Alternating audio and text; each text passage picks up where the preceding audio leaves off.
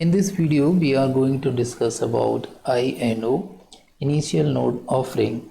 Before starting and understanding the concept of INO, we should understand the ICO. ICO was common terminology when cryptocurrency evolved. ICO means initial coin offering. Whenever a new project was coined in the market, the project owner need a fund for the development of projects though, so there is fund from the public in the name of ICO, initial coin offering. And now we see so many terminology and so many way of fundraising came in the market and are doing well. So let's discuss other terminology and fundraising method also here.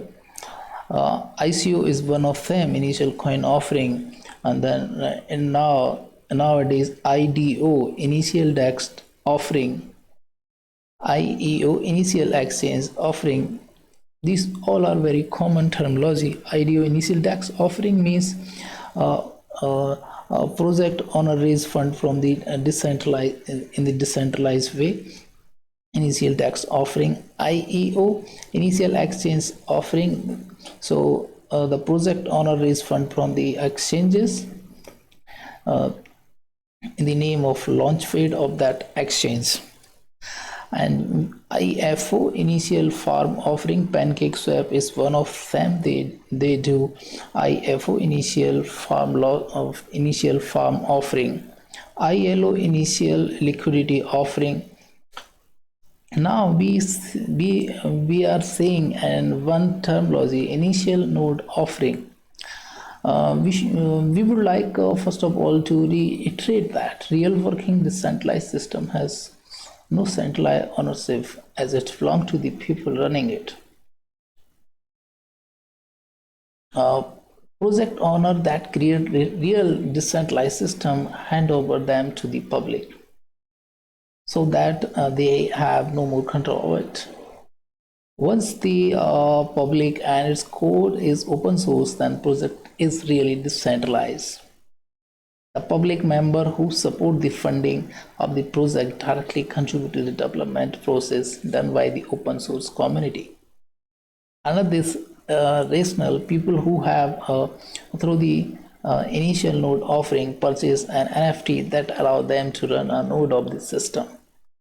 P2P, peer-to-peer network are contributing to the system development, but also contributing to the system itself by running the network, creating collective value and strengthening the system while monetizing from user activity in the P2P system. The INO process helps stabilize the whole system and bringing a central idea to decentralized result. Node operators are compensated for the processing power and cost which they have allocated to run their node in the P2P system. Code is in the hand of the people, open source community, and the full project is public. So basically, it was the idea behind the INO. Next, second one, according to our front face, we should discuss about what is the key difference between the ICO and the INO and why the INO is a more ethical alternative to the ICO. In the ICO process, developer create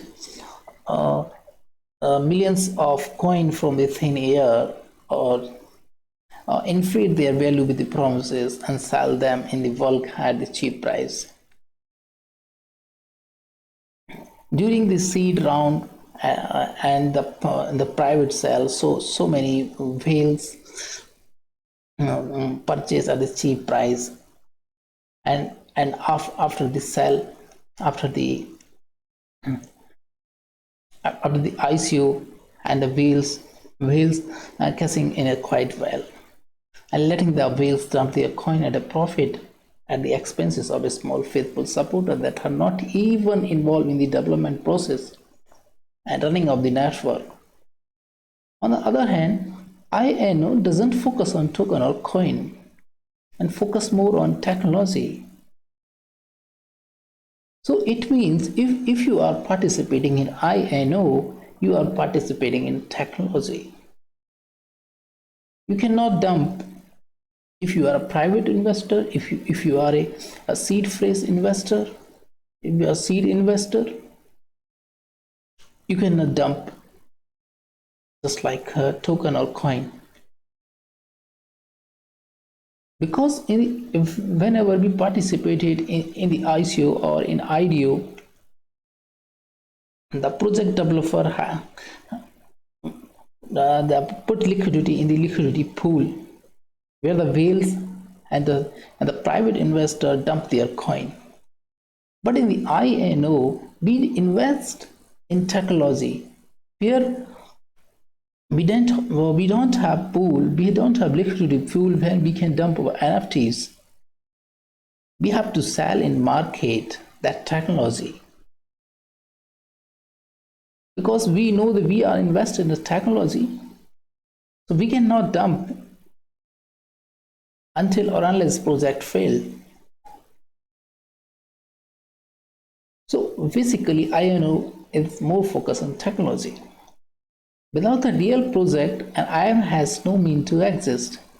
And those that have purchased the nodes as NFTs are directly involved in running the network while contributing actively to the development through their participation.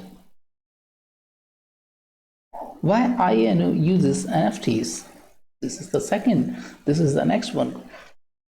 The reason to use NFTs for the INO is because each NFT represents a precise node in the P2P network, making it unique. As the name says, non-fungible token. Each NFT has 3 data that owner can edit. The number 1 is owner account.